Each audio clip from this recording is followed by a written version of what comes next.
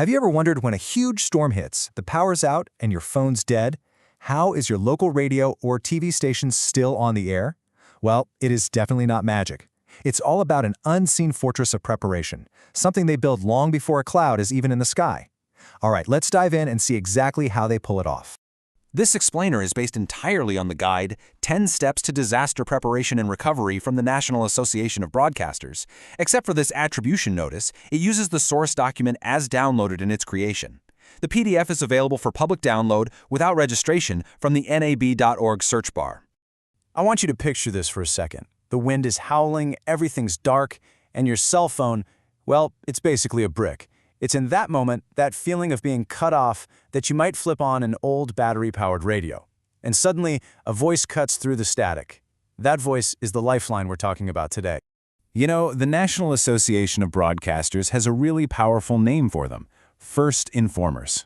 Think about that. It means they're not just another news source. They are a fundamental part of the emergency response system. They're critical infrastructure, designed to be there when everything else fails. So here's how we're going to break this all down. First, we'll look at the actual blueprint for being prepared. Then we'll talk about how they build the fortress, both the physical gear and the people. After that, we'll see how they keep the show on the road. And finally, we'll wrap up with why all this hard work really matters. So how does a regular local station transform into that unbreakable lifeline in the middle of a storm? Well, it all starts right here with the preparedness blueprint. See, that reliability you count on isn't born from just buying fancy equipment. It comes from a clear, strategic plan that thinks about everything that could possibly go wrong. Step 1 is simple. You have to make a plan. But here's the key. It's not one person's job. It's a total team effort. The engineer handles the tech. The news director figures out the coverage. The general manager worries about keeping the staff safe. Every single person is a critical link in the chain, and that commitment has to come from the very top. And to make any good plan, you have to start by asking a very simple, but also kind of scary question. What could possibly go wrong? And as you're about to see, the answer is, well, a lot. Just look at this list. What's so wild is the sheer range of threats they have to think about. It's not just hurricanes if you live on the coast. It's wildfires, it's ice storms, it's pandemics, and now it's even things like major cybersecurity attacks. Every single one of these needs its own playbook. And a huge piece of this planning happens on what the guide calls sunny days. I love that phrase.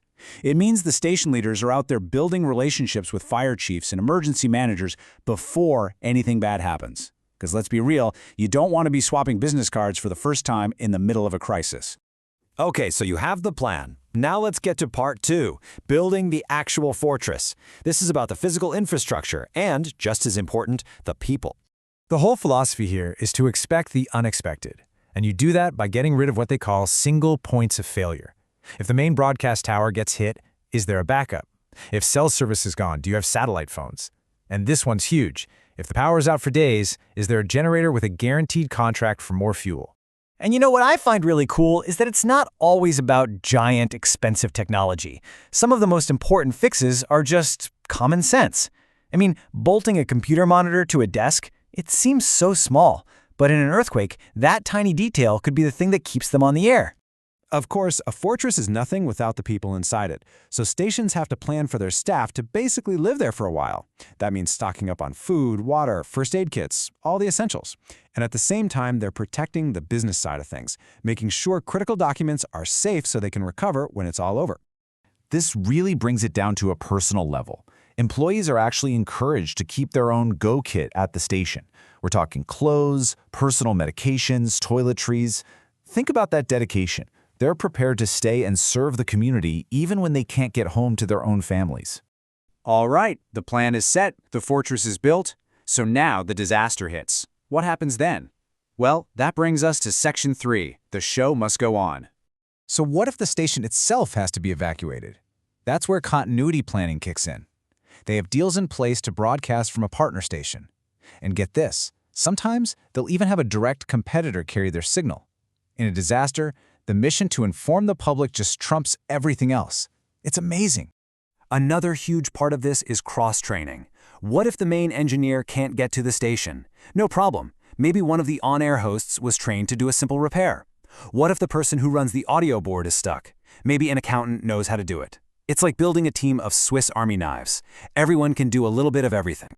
And look, in today's world, the storm isn't always made of wind and rain. A cyber attack can take a station off the air just as fast. That's why they practice good cybersecurity hygiene. You know, the basics like firewalls, multi-factor authentication, and constantly training the staff not to click on those sneaky phishing emails. And finally, after the crisis passes, the recovery begins. And recovery, well, it costs money. That's where the final step comes in, the financial safety net. Having the right kinds of insurance is absolutely crucial, and some of it is really specific. Like, they literally call it marine insurance to cover a broadcast tower. This is what allows a station to rebuild and be ready for the next time. Which brings us right to the end, to the big question. Why does all of this invisible prep work matter so much? Because these 10 steps, this whole deliberate, disciplined process, this is what turns a media outlet into an essential piece of community safety infrastructure. So the next time the lights go out and you hear that calm, steady voice on the radio, just remember, that is no accident. That reliability is the result of years of planning and hard work, all so they can be the lifeline their community counts on. So I'll just leave you with this final thought. The next time you see a storm brewing on the horizon, ask yourself, do you know who your lifeline is?